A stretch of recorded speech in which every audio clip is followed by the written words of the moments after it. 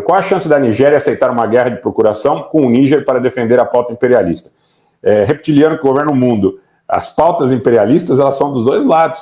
Porque se nós consumarmos a percepção de que o que se disputa na realidade são influências a partir de agentes externos, que são grandes potências, tanto o interesse da China, o interesse da Rússia, como o interesse da França, o interesse dos Estados Unidos e da Grã-Bretanha, são influências externas que poderiam ser consideradas de cunho neocolonialista, tá? É bom que se frise.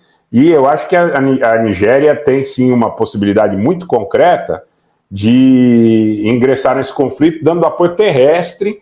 O exército da Nigéria tem 200 mil homens, ele é 3 vezes maior do que o exército da Argélia, que deve ter entre 60 e 70 mil homens aproximadamente, e eles podem, sim, ser utilizados nesse conflito, tá?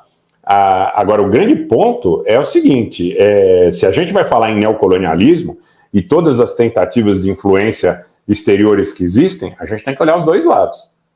A gente tem que olhar os dois lados, porque, na realidade, vocês acham que se o governo da França for proibido de importar o urânio do Níger, né? Isso não aconteceu ainda, é bom que se frise. Mas se ele for destinado exclusivamente à China, ou exclusivamente à Rússia, ou exclusivamente a outra potência, isso caracterizaria, se for alguma coisa cuja precedência do negócio se faça em função da força, uma forma de neocolonialismo também, tá? Então, nessa minha percepção, honestamente, todos são interessados em cumprir agendas que atendam aos seus interesses. A própria cônsul da Rússia, a doutora Carolina Bernardes, como esteve conosco em Minas Gerais, né, ela já antecipou isso. Né, na visão dela, de forma muito honesta e clara, ela colocou, olha, os negócios entre países são negócios que buscam a precedência do interesse desses países.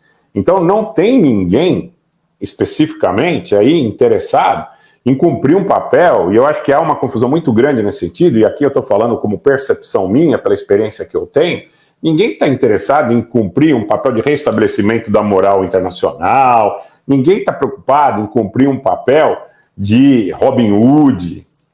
A coisa não é assim, tá, gente? Vamos olhar com maturidade, naturalmente com muito respeito a todos os atores envolvidos, naturalmente com a preocupação precípua da preservação da vida, mas não tem bonzinho nessa história. Tá?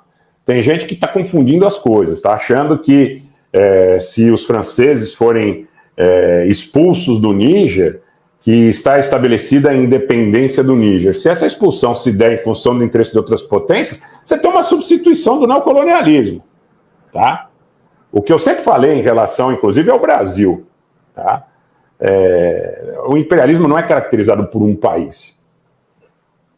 Não é caracterizado, é uma ação de influência forte em negócios que possam ser acompanhados, inclusive, por força militar. Aí tem tanta gente que fala, não, mas o Níger agora vai convocar o pessoal do Grupo Wagner. O pessoal do Grupo Wagner são nacionais do Níger? Então, vamos avaliar essa questão aí para que a gente veja as coisas com maturidade, principalmente com senso de justiça, né? Eu acho que o senso de justiça é o que deve nortear qualquer análise que nós façamos. Nós não devemos estar interessados em agradar o público a priori. Um abraço para o Cortes do Rogério Anitablian, que tem produzido lá alguns cortes interessantes do nosso trabalho. Se inscrevam no Cortes do Rogério Anitablian. Boa noite, Zilton Fonseca. Eu acho que é importante que nós tomemos isso com uma honestidade independente da questão de agradar ou não agradar o público. Tá? Eu acho que o longo prazo vai mostrar quem tem esse caráter informativo, eminentemente informativo, porque há uma disputa política muito grande que está baseada, por vezes, na réplica do que acontece em outros lugares do mundo. Por exemplo, aqui no Brasil existe muita influência de pautas que são pautas estrangeiras, mas elas são pautas estrangeiras dos dois lados, tá? Dos dois lados. Porque há uma coincidência muito grande, muitas vezes, quando se fala em questões de cunho moral, eu estava vendo esses dias, não é? Fazer um pequeno desvio de rota, gente, vamos continuar dando like e compartilhando, nas questões aí da página do ex-presidente dos Estados Unidos, Donald Trump. Então, alguns grupos aqui no Brasil fazem réplica da pauta do Trump. É a mesma pauta, tá? Assim como tem grupos no Brasil que fazem a réplica da pauta do Biden.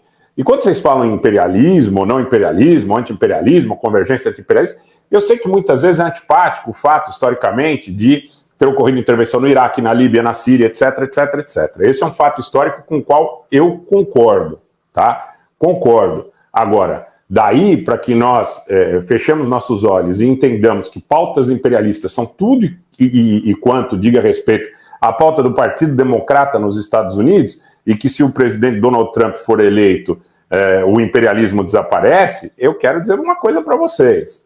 É pura propaganda. É pura propaganda de herdeiros dessa linha política. Alguns envergonhados, porque não assumem que são, não é? Que não assumem que são, na realidade, agendas que replicam o que o trumpismo diz nos Estados Unidos, tá? E nós precisamos aqui ter uma percepção honesta, não é? Obrigado, Target Down. É importante que nós sejamos honestos e que nós não persigamos. Aqui eu não estou procurando patrocínio por fora, não estou procurando alguém que me dê um dinheiro para falar alguma coisa que convenha para um determinado grupo político, não sou candidato a nada, isso me dá, não sou filiado a partido político, isso me dá uma liberdade de ser o mais honesto possível na abordagem das coisas, tá? Na abordagem das coisas. Isso não quer dizer que eu tenha lado nesse conflito. O lado que eu tenho nesse conflito é informá-los da forma mais fidedigna e honesta possível em relação ao que está acontecendo. Eu não posso emocionar jovens e fazer com que esses jovens sejam engajados de maneira a desrespeitar o conhecimento, que é o objeto princípio da nossa análise. O que eu posso afirmar com certeza é o gap de Suwałki pode ser objeto de uma explosão a qualquer momento. Pode envolver Bálticos, pode envolver Polônia. Há problemas também em relação à perspectiva da Polônia entrar na Ucrânia. Belarus, a aliança com a Rússia, muito sólida. Lá tem armas nucleares. Se os poloneses tentarem avançar, a coisa pode sair de controle. A questão da disputa na África é muito delicada. A questão da disputa no Cáucaso é muito delicada. A questão da disputa na Síria é cada vez mais delicada. Agora, eu não posso vir aqui, não é? Gustavo, fique à vontade para acompanhar ou não. A pauta aqui é nossa, tá? Nós vamos falar, nós vamos transitar por todos os assuntos que são importantes e correlatos, tá? Nós não estamos fazendo aqui um boletim panfletário. Nós não estamos fazendo um boletim da transição. Por isso que o papo é longo, tem quase uma hora e pouquinho de conversa entre a gente. Para realmente caminhar na direção de informar com solidez. Que as pessoas sejam extremamente bem informadas a respeito do que está acontecendo. Porque eu sei que tem outros canais que têm paixões, que têm ligações com as partes envolvidas no conflito, por vários motivos, por várias razões que não me cabe aqui dissecar, tá? Cabe a vocês interpretar, perceber ou não perceber. Eu não gosto de ser indelicado, eu sou o mais parcimonioso possível. Mas vocês têm que entender o que está acontecendo, vocês têm que entender que pode acontecer uma coisa muito séria nos próximos dias, pode acontecer um embate no qual os países que estão envolvidos já não sejam mais donos das suas vontades e dos seus destinos, em função de todo o contexto que nós estamos mostrando, mas não é efetivamente alguma coisa que me deixe confortável, tá? Levar informações para vocês que deixem vocês desorientados. Estimular por sentimentos ou ressentimentos já pré-adquiridos uma visão a respeito das coisas.